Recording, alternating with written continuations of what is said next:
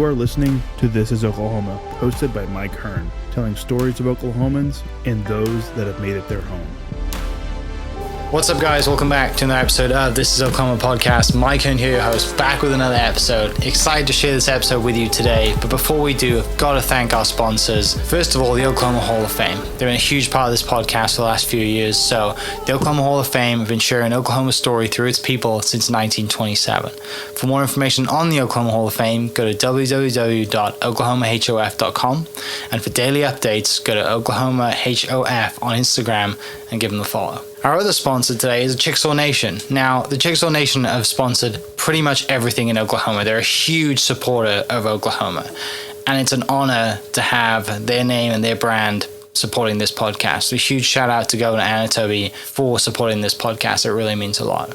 Our third sponsor is Diffie Ford Lincoln down in El Reno. Now, this one makes me so happy because these guys are great friends of mine, play a lot of golf together. I've bought my cars from them, do most of my oil changes down there, have a cup of coffee, hang out down in El Reno. It's a good spot to go. And not only are they great friends, but they provide a great service. So for over 60 years, third generation family owned Oklahoma business down in El Reno. They're also in Bethany as well. So people in the Bethany area know the Diffies really well.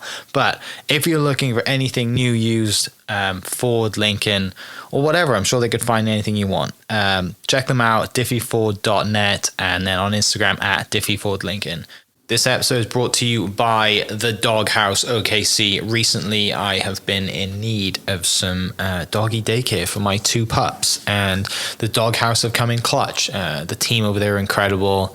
They've taken care of my two golden doodles, and so it's been an honor to partner with them on the podcast and share the love. And the one thing that I do with the sponsors that I have is stuff that I use and recommend, like the Diffies with my car, Hall of Fame. They're awesome. Citizens Banks, where I bank. Chickasaw Nation, huge supporter of Oklahoma.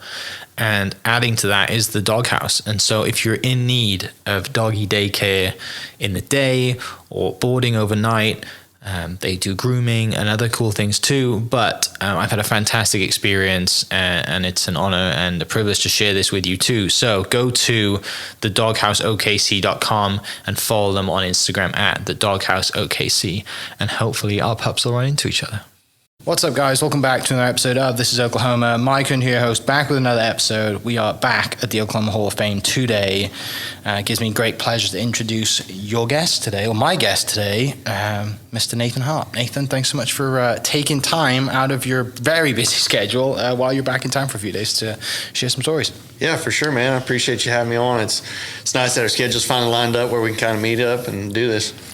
I mean, shout out to a mutual friend of ours, Mr. Stephen Cook, who connected us while at one of his events back in Tuttle Mustang area. And I mean, it's probably about a year ago, maybe 6 months, a year ago when we started talking. Yeah, it was, I want to say January, February when we kind of got met up and got introduced there. And I've been busy, and finally we ran into each other at Oklahoma City event. And that's where we kind of wrote down where we get together. Yeah, I got super fortunate. You know, Travel Oklahoma, who I've been working for a while, sponsored the Oklahoma Wildcatters team, and because of that sponsorship, they had a suite that was on the dirt. And I saw the ticket, and I was like, dirt, suite 1. I'm like, where is that? Right. I've been in that arena, Paycom Arena, so many times. I've never been in a suite that says dirt, and I can see the instructions, and I'm like, we are literally on the dirt, right, with you and the Bulls and everybody else. And then they did, the introduction to you guys of the Border Patrol. And, the lights drop, and then they come on, and, the hometown boy, from Tuttle, Oklahoma, Nathan Harp. And I was like, no way. I was like, I know that guy. And I was like, texting you straight away. I did not expect you to text me back at all. Yeah. But it was awesome, man. Yeah, it was super cool to, just kind of see you doing your thing, which is. Yeah, for sure. You are traveling Border Patrol. Bullfighter is the right term, is that right? Yeah, that's kind of what I go by, bullfighter. Yeah. Cowboy protection. Some people kind of still, like when you say bullfighter, they think of the rodeo clown that jumps in the barrel, tells the jokes and stuff. Yeah. But I don't tell any jokes. I'm not funny. I don't like public speaking, to be real honest. No, like the cowboy protection bullfighters kind of. Okay. Yeah. So growing up, were you always born and raised in Tuttle? Yeah. So I grew up in Tuttle, born and raised. I left Tuttle for like 3 years. I went to Stillwater and finished out my college there and got a degree there, but that's about the only time I've left. Me and my wife, we bought a place in between Gracemont and Coger, and so like we're currently trying to build out there, and once we get done, we'll be moving out of Tuttle, moving that area. What did you do in university in Oklahoma State? What was you graduate with? So ag business. Okay. Yep. So that was always the plan. You kind of always grew up in the ag industry? No, not really. Tuttle's kind of a small agriculture, which it's growing, obviously. I really didn't know what I wanted to do. Like I didn't grow up in ag. I went to school at O-Trip for like a year and a half, and I was like, man, I have no clue what I'm gonna do. I'm like, I'll just get a business degree just like everybody else. And then bullfighting kind of started taking off, and then my wife, we met, and then I moved to Stillwater, and I was like, well, if I'm going there, why not get an ag business degree there? So I was like, well, that kind of makes it a little bit more easier for me because I am more into the agricultural side of stuff, and then the business, like I'm a numbers guy. Like I really do like numbers, doing anything like that. It was just kind of marrying the two worlds, I guess. And then it was like pretty generic degree, and it was kind of where my original classes were lining up, and I didn't want to go to school any longer than I had to. So that's why I went. Yeah. From a young age, are you always in and around, like I said, growing up in Tuttle, which when we grew up was a small town back then. Obviously, It's growing a lot now, and it's changing a lot. But, back when you were growing up, it was kind of very small rural town. Yeah. Agriculture is kind of a big part of the business. For sure. Big part of town's business. Are you in it from a young age? Does family have a ranch? Like you always grew up around? I didn't grow up like on a ranch or anything like that. I grew up in town, but I just had a love for rodeo at a young age. I remember my grandparents taking me to watch rodeo, and I loved the bull riding, and I loved the bullfighters and the rodeo clown. And then when I started getting older, I realized that, like I said earlier, one told the jokes, and one was a little bit more selfless job, a little bit more athletic, and it just kind of lined up with my strengths. So that's the route I went. When I was almost 16, I went to school, kind of learned the fundamentals, and I did a little bit through high school, but not a whole lot. Like our high school football coach, like in Tuttle, football's big, and he wasn't a big fan of extracurricular stuff that could get us hurt, which, in bullfighting can happen for sure. So I did a little bit through high school, and after high school, like sports were done, it just kind of, the year before I met Cody Webster, and just working open rodeos with him, and it just kind of lined up. Like after football, I was like needing something to fill my free time with, and so we started hanging out and going to practice spend 2 or 3 times a week. From there, it was just like it just took off way faster than I could ever imagine. I'd hoped and dreamed for all the opportunities I have, but it just was wild, like how God just kept opening door after door, and to still think that 18 years later, here I am still getting to fight bulls and for a living. It's just unreal, and it's just amazing how it all kind of lined up. Yeah, when you look back at it, right, and kind of reflect on it, you're like, okay, what if this door doesn't open? Maybe I don't go. For sure. And like you said, it just kind of compounds from there. You mentioned Cody Webster. Who's Cody? So Cody Webster, he's another PBR, Border Protection bullfighter. He's worked the NFR 10 plus years. He's worked the PBR finals 10 plus years. In bullfighting, there's 2 guys right now that are the top of my generation's bullfighters, and he's a guy that grew up an hour from me in Wayne, Oklahoma, and like I said, we started working the open rodeos together for Rusty Moreland, Rock and R, when I was 16, but Webb had to wait till he was almost 16, so he started a couple years later, and when we got met up, it was just kind of our friendship blossomed, and today we're still very close friends. Still get to travel the world together. It's awesome.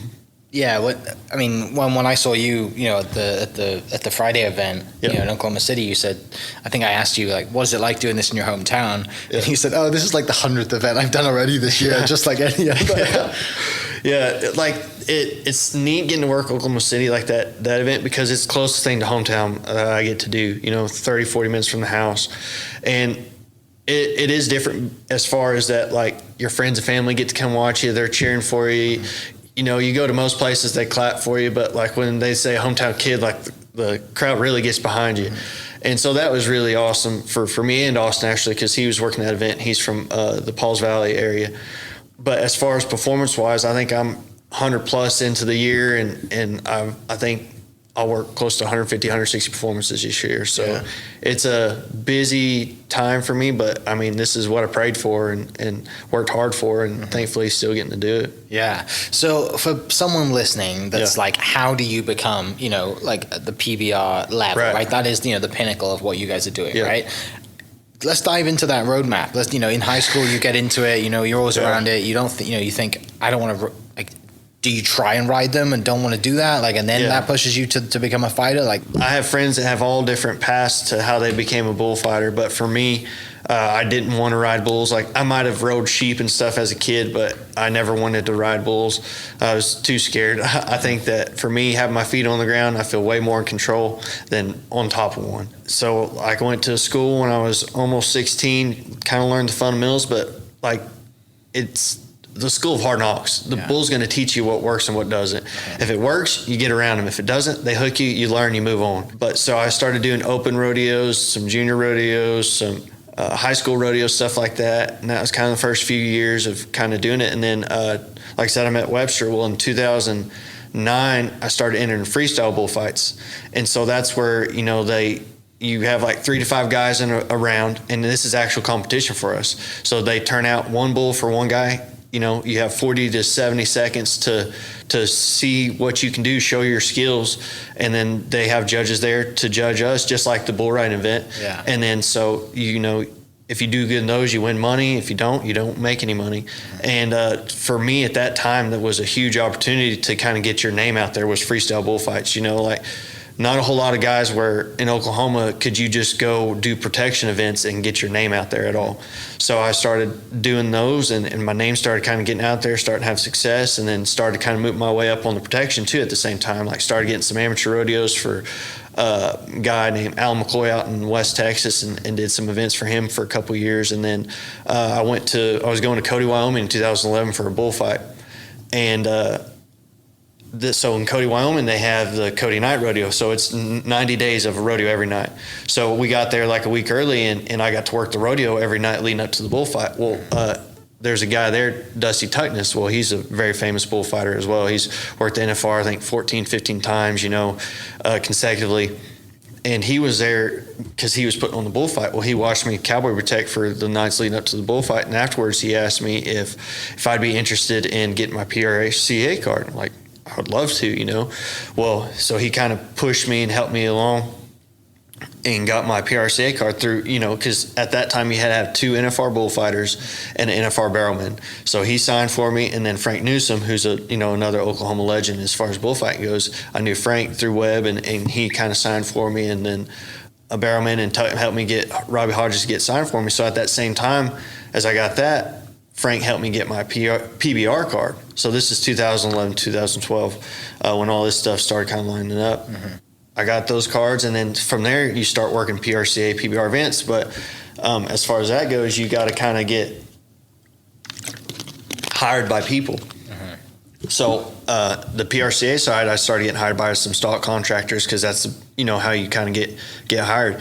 So I worked a few events for Sammy Andrews and Mossbruckers and Powder River and yada yada. Not a whole lot of PBR events at that time. It was a lot harder to get the lower level, the challengers, the Tour and Pro division, those deals. 2012 I did get to work one with Frank. But anyway, so start doing those, work at circuit finals in 2013. That led to the Ram National Circuit Finals, and then from there it was like the rodeo side really started taking off for me. Like, I started getting some big committee rodeos, Rodeo Austin, Fort Worth Stock Show and Rodeo, and then from there, like, that side really started taking off. And in 2021, I worked the NFR. The PBR side slowly started growing. Like, I was working velocity events, which is like so the PBR set up in tier system, kind of like AAA, AA ball, majors. Mm-hmm. Well, the velocity is like the AAA. So I was working a lot of AAA stuff for the PBRs, and then the NFR I worked at 21. Well, then 22, I started getting some the UTB events, the team events, and then 23, 24, I worked the PBR finals. So, like, I mean, looking back, it was 18 years of long career before I finally had, like, big success, right, where it's working PBR finals and working the NFR and stuff. Yeah. But it's cool roadmap when you look back at it and see all the years and time put into it. Well, and the friendships and relationships that you built over that time too, right? And especially the bond that you have with the guys when you're in that. I mean, you're in such a high intensity situation, but for you guys, it's kind of cool, calm, collected. We got this. Yeah, it's controlled chaos. It is, exactly. But you guys are the ones, that have, the faith in the guys next to you, right? Because, not to say it's like a battlefield, but like you're fighting a raging bull. Right. It's like, it's pretty intense. But yeah, you got to be able to trust the guy you're working with because, I mean, on your own, it's a lot easier to get hooked. But when you have a team of 2 and especially 3 guys all on the same page, you can make a mean bull look dumb and they'll want to quit fighting you because I hit him, they hit him all this time. Well, I mean, if you're getting beat up by one guy, it's easier to focus on him. But when you got 3 guys, not beating up, but you know what I mean? Like working as a team, then it's like, whoa, hey, back off. I just want to go out. I did my job. I bucked the guy off. I just want to leave now. I don't want to try to hook nobody. Yeah. So let's talk about that then, the actual skill of it, because people listening there's probably 1% of people listening that actually know what the actual skill of doing that is. Obviously, you're getting the attention of the bull away from the rider. Yeah. So like people think you hear bullfighting, think of rodeo clowns, or you'll think of the matadors. Well, like American bullfighting, we do not kill the animals, and as far as cowboy protection, we do nothing to hurt them. If anybody gets hurt, it's us or the bull riders. But so our job it's kind of based on 3 things. Movement, noise, and then touching them. If you can combine all 3 of those, that's how you get a bull's attention to lead them away from the bull rider. Because our job is the secret service for these bull riders. It's to keep them safe at all costs. You make sure that they get to go home to their families, they get to ride the next day, that they get to go to the next event, because it's dangerous as enough for those guys, let alone having to worry about when they hit the ground, oh crap, where's the bull at? Am I getting hooked? And they help us out by getting up quickly, getting out of the way, yada, yada. But having a team together that can work in unison without having to wonder, well, where's that guy going to be at? But okay, he's going to make the same movement I would if I was in his shoes. Then it takes it all out where it's just like, all right, I got to do my job and he's going to do his. That's it. So if you watch a PBR event or PRCA rodeo, that's how the guys work. When the guy gets bucked off, they're moving in to grab a hold of the bull, yell at him, and then movement of the jersey, the baggies, whatever, and then that's where that bull's going to follow that guy away from the down bull rider. People listening, I hope you just go see it live because to watch it is very, very impressive. Yeah. Right? Yep. Yeah. It's something that, like, if you go to an event or rodeo, that it's just one bull or maybe a few bulls, you just watch the bullfighters. You don't watch the actual bull ride. Just watch the 3 work as a team. That, in my opinion, that's really neat to watch. Yeah. How do you guys practice? So, I mean, like I said, when you're younger, you go to practice pin a lot. And then there's dummies that we'll make that are like, it's on like a bicycle wheel, wheelbarrow handles, and then you put like a rope and dummy head on it, and then just chase each other. And like, I mean, that's good to work on your muscle memory, your lungs and your agility and stuff like that. But then actually get in front of live cattle, that's where you learn the most. That's how you figure out, okay, like I said, the school of hard knocks, this worked, ouch, that didn't work, I don't need to do that. And 2, I mean, common misconception is that like we're faster than the animals. No, 4 legs always outruns 2 legs.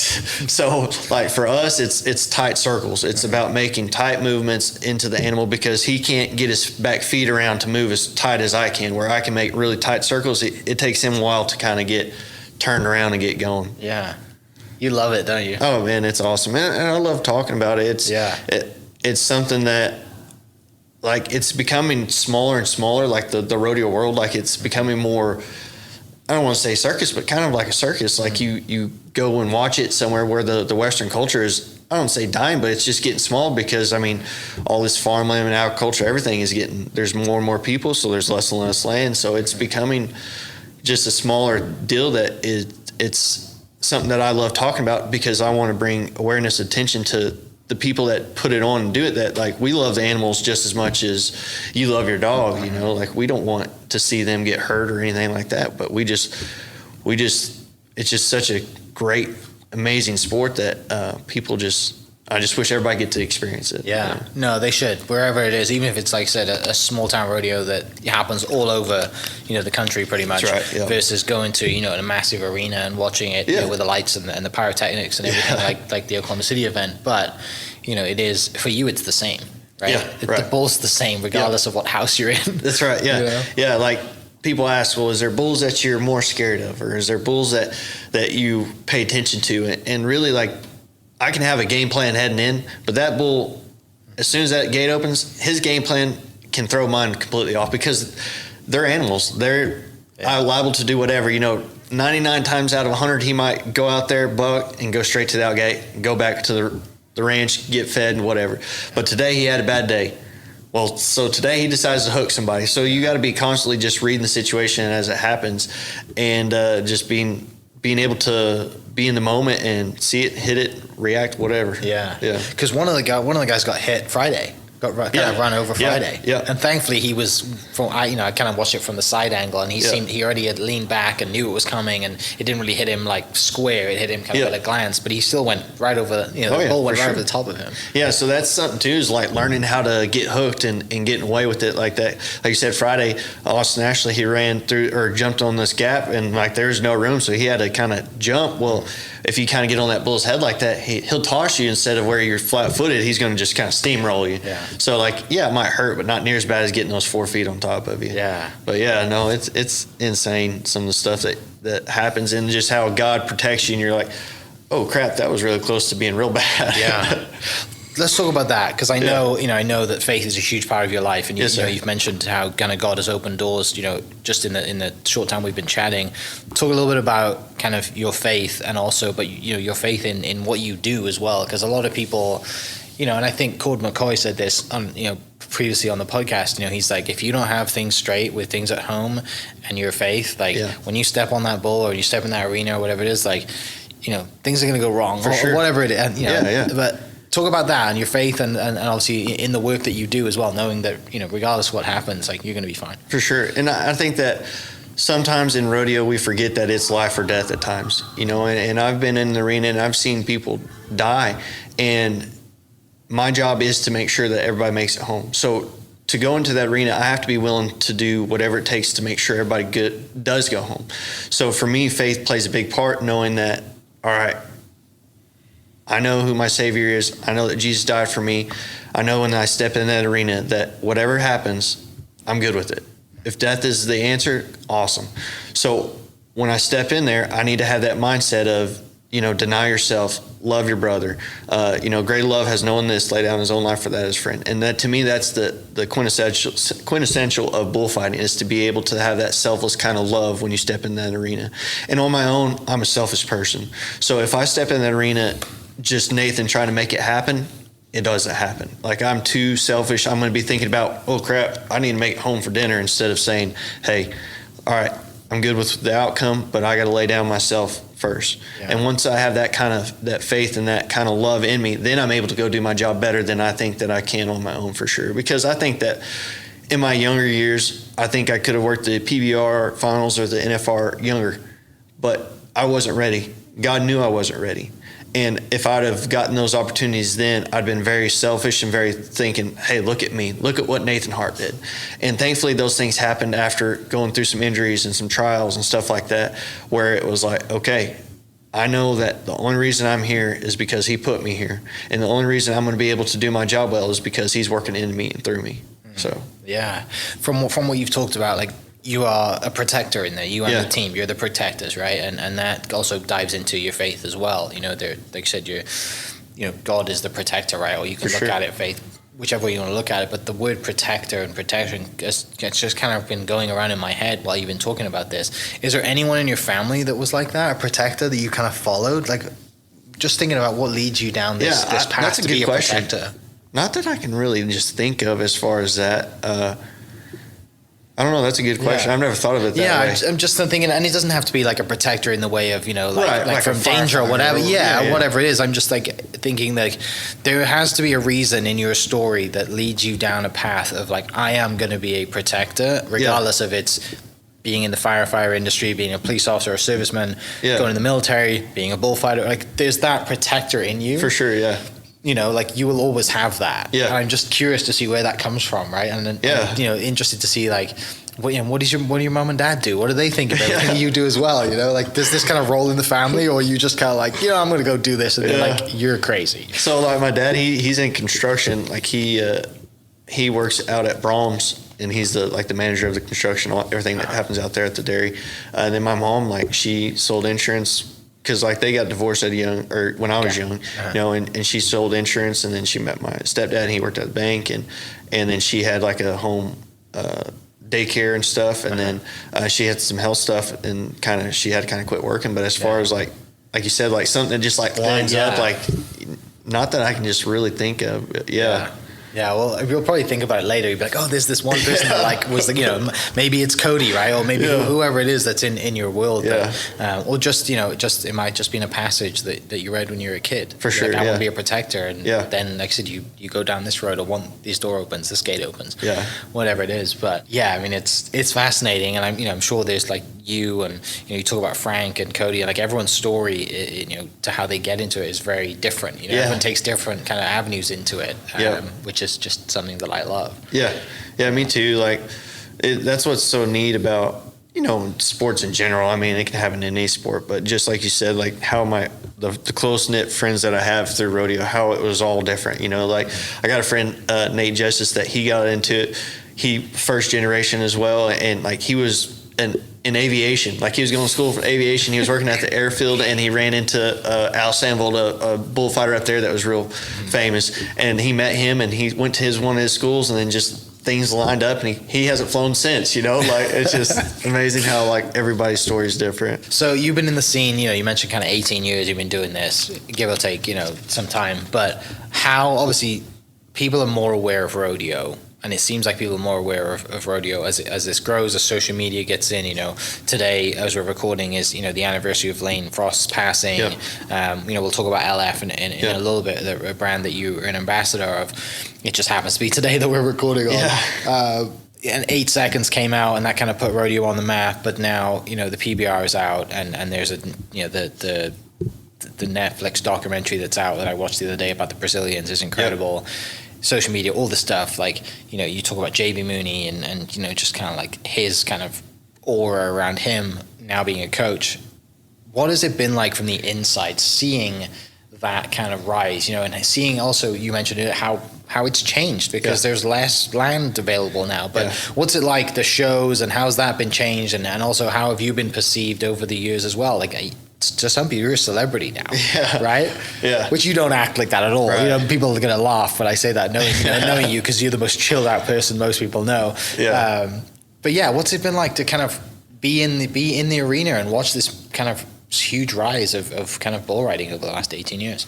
Yeah. So like, I remember as a kid, 8 Seconds, how big it was then, like how much impact it was. And like you said, like Lane Frost, brand, like how right now they got a documentary that they've been putting out the last year or two, and how it's gonna just kind of tell the whole story. Where 8 Seconds just kind of tells bits and pieces, but I just remember how 8 Seconds just from the way, and from what I remember, and also from what I've heard from people that are older than me, is how much it did for the sport of rodeo back then, because it kind of put it on the map, and Lane did, and who knows, God only knows, but how much impact it had with his death, where if he'd have lived, maybe it doesn't reach as many people, or his life does. So just how that has a big impact. And it seemed that like for a while before Yellowstone, that, Western's way of life wasn't as cool. But then you have this Yellowstone fad that has came on in the last 5 or 6 years, and like it's done amazing things, in my opinion, for the rodeo world and Western culture, because it's such a great TV show that it's brought a lot of awareness to the way of life, and obviously, like, I mean, it's fictional, like hopefully none of that stuff happens, right? No train stations around Oklahoma, but no, like just how it's kind of the 8 Seconds of nowadays, of how it's brought the Western way of life back to the forefront, where people want to wear cowboy hats, and they want to go put their boots on and go to the PBR in Oklahoma City and do stuff like that. I do think that in the lifespan of my rodeo career and my life, that how the Western way of life has shrunk some. I mean, like we talked about Tuttle. Tuttle is more people but less land than it used to be, as far as that, all the big farmers are having to sell that. They don't have to, but how do you turn down that kind of life-changing money for them and their generations after them? That's what's scary, is just, who's going to feed us in 100 years, if we don't have that land. Hopefully science can keep up, but no, it's just it's amazing to see, like I said, with the Yellowstone fad, and just from 8 seconds to this, how things have kind of ebb and flow of it. But and then too, like with the Lane Frost brand, like I think too, like they've done a good job of just keeping his name alive, not letting people forget of the great champion he was. And I don't know if you've got to see the documentary yet. Not yet, no. But when you get to it, it's amazing. Like he's the world champ that you want to be. He's the person that you want to emulate. You know, or every world champion should want to emulate him and his impact on the Western way of life, and just the person that he was, the time he took to love on people and be there for little kids. Like, you know, they show that in 8 seconds, but like when you hear in the documentary, like the people that were close to him, they're like, yeah, that ain't fake. That was him. You know, like he spent a couple hours with kids at rodeos and stuff like that. They're like, man, I need to be more like him, and the way that he just made time for people, you know? Yeah. So, yeah. Where did you watch the documentary? Watched it in Fort Worth, I think last fall. I think that was like their first big showing. Yeah, hopefully Stetson was saying that it's, you know, they're in talks with some network to hopefully air it. So that'd be awesome. Stay tuned. Hopefully it's coming out sometime soon. But yeah, let's talk a little bit about then how the ambassadorship comes around with, you know, with the Lane Frost brand, and obviously Stetson reaches out to you, and, you know, they're doing a great job keeping, you know, Lane's name alive and then the legacy, but, you know, the huge value that they talk about, right? You know, you can go to the website, and if you pay for shipping, they'll send you a Cowboy Bible. Yeah. You know, like just that, it seems very kind of something that you align with very well. Yeah. Obviously, you know, one of the greatest bull riders of all time, you know, tragic about his story, but the fact that he's, you know, kind of was, you know, he wasn't from here originally, but you know, grew up in Atoka and the whole story. What's that like to kind of have the Lane Frost brand, you know, and to be a part of that legacy as well? Yeah, it's a huge honor to be a part of it. Like I said, as a kid, getting to watch 8 seconds, you know, like just his story and the person that he was, the champion he was, but then get to, you know, give back and be a part of it, where it's like you said, like I'm an ambassador. I get to represent that brand and him everywhere I go. And that's something that 8-year-old me would never get to believe, that I'm getting to be a part of something like that. And so it's a huge honor to get to be a part of the brand and get to, you know, carry his brand throughout the country and get to hopefully, you know, be a good champion as he was. Mm-hmm. Let's talk a little bit about, you know, traveling. You travel a lot. You've done a lot of events so far this year. It's nice for you to come back into town for a little bit, but what do you have coming up? And then, I mean, do you have like a strict schedule? Do you know when things are happening? Do you go to all the PBR events? Like, how does that look? Right. So basically my schedule is like my rodeo schedule, I pretty much kind of know. Like I just came from Chief Joseph Days in Joseph, Oregon. It's always the last weekend of July. So I kind of know, like, as long as I do a good job there and they want me back, I'll be there. The PBR schedule, it's kind of a little bit more like where it's not always just set up like, you know, every weekend that Oklahoma City is going to be this weekend, where like I think that next year it's going to be the same second weekend in July.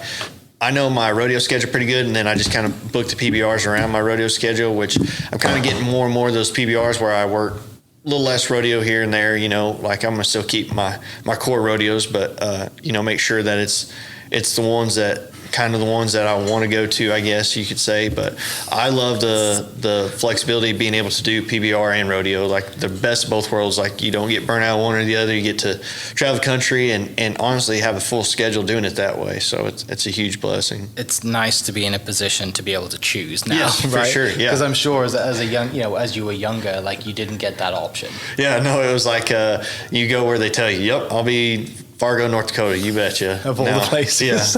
Yeah, but no, it works out good. And for rodeo athletes and myself, if we're at home, we're not making money. Yeah. So being on the road, it's a huge blessing, but at the same time, it does kind of, you know, you miss home, you miss your family, you miss your friends. It makes it hard to have, you know, good relationships. But thankfully, through rodeo, you do meet a lot of great people that become family.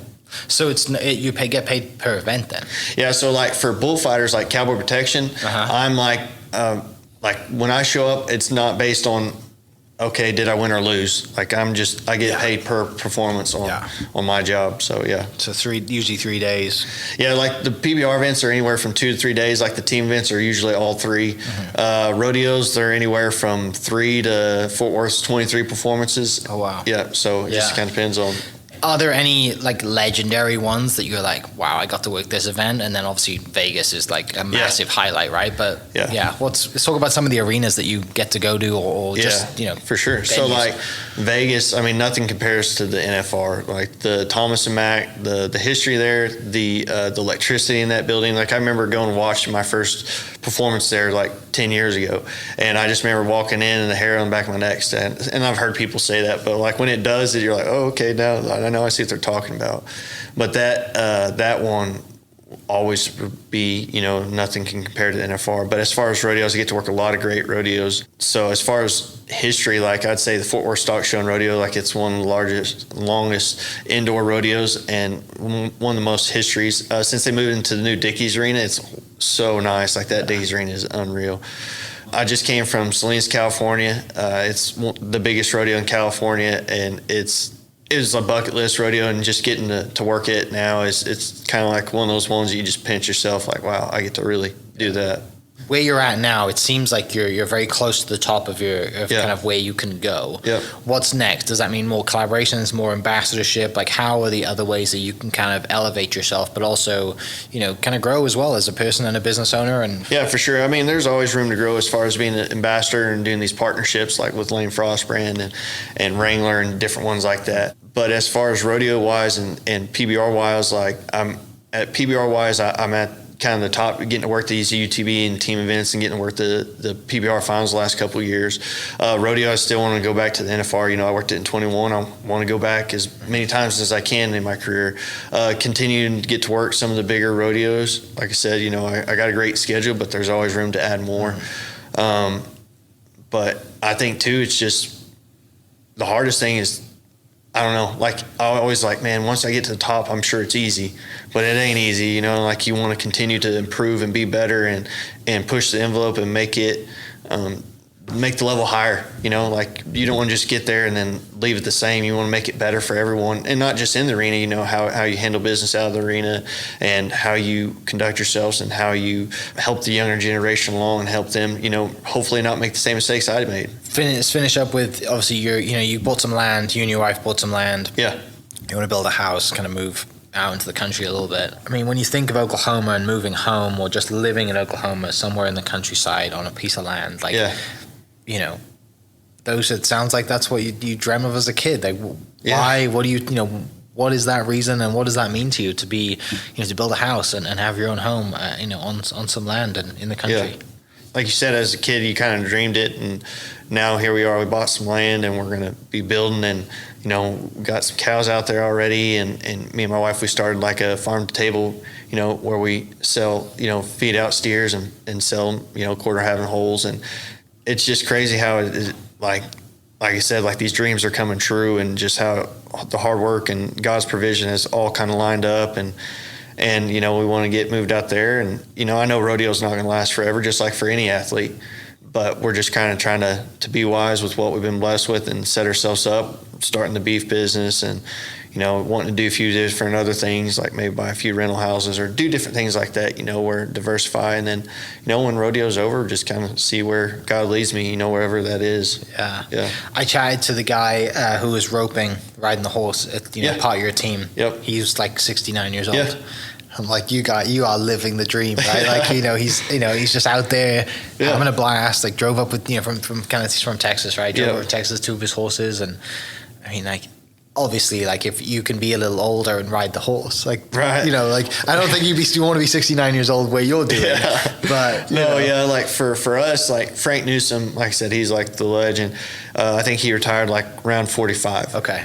And in my head, I always thought, man, if I can make it to 40, it'd be cool. Yeah. But like I said, that's kind of up to God and my body, how it's holding up. And also too, I want to, when I get done, I want people to say, why did he retire? Not thank God he retired. He stayed too long. He overstayed his welcome. So just kind of have to take it day by day. Yeah. Yeah.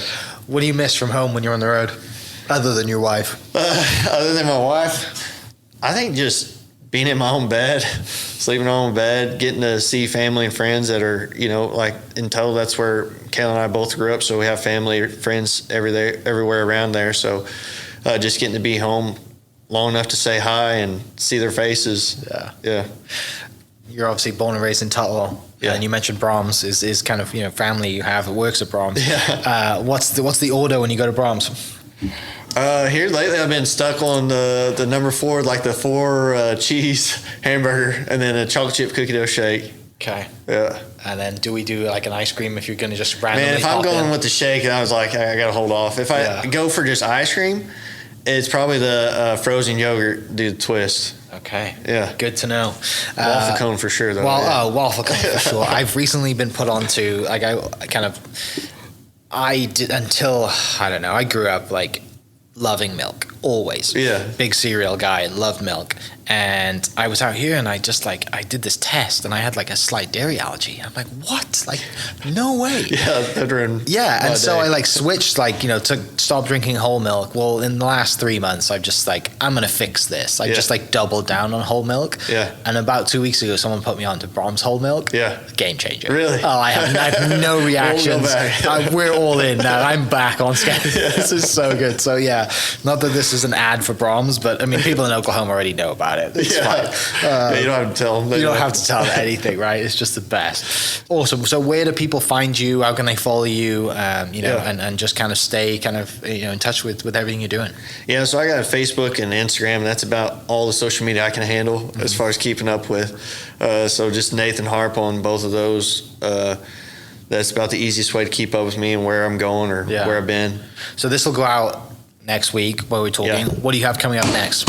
Whoops, throw in stepper. What do you have coming up next that maybe someone can come and see you locally?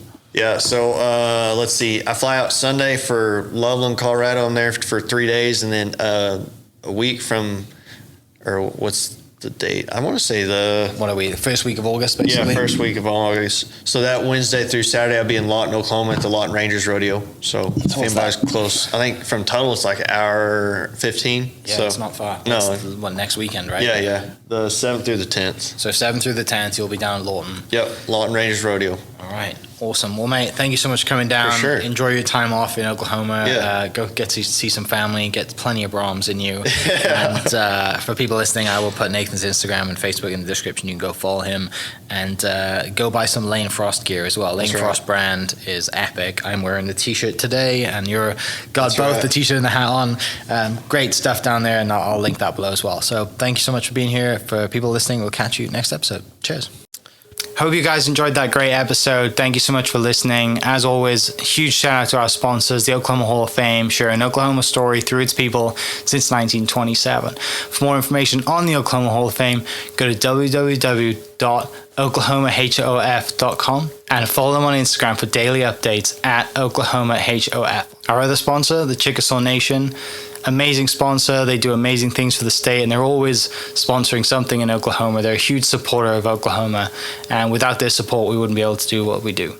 And our third sponsor is Diffie Ford Lincoln down in El Reno. Now, this one makes me so happy because these guys are great friends of mine, play a lot of golf together. I've bought my cars from them, do most of my oil changes down there, have a cup of coffee, hang out down in El Reno.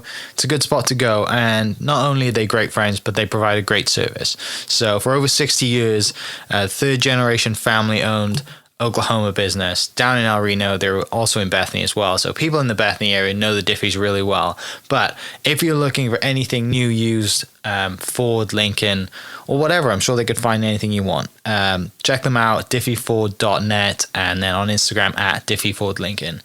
This episode is brought to you by the Doghouse OKC. Recently, I have been in need of some doggy daycare for my 2 pups, and the Doghouse have come in clutch. The team over there are incredible. They've taken care of my 2 golden doodles, and so it's been an honor to partner with them on the podcast and share the love. And the one thing that I do with the sponsors that I have is stuff that I use and recommend, like the Diffies with my car, Hall of Fame. They're awesome. Citizens Banks, where I bank. Chickasaw Nation, huge supporter of Oklahoma. And adding to that is the Doghouse. And so if you're in need of doggy daycare in the day or boarding overnight, They do grooming and other cool things too, but I've had a fantastic experience, and it's an honor and a privilege to share this with you too. So go to thedogHouseOKC.com and follow them on Instagram at thedogHouseOKC, and hopefully our pups will run into each other. Thank you for listening. We are inspired by those around us and hope that you are too. Make sure you subscribe to this podcast on your favorite podcast platform and leave us a review so we can keep telling your stories. For more great Oklahoma content, follow This Is Oklahoma on Facebook and Instagram.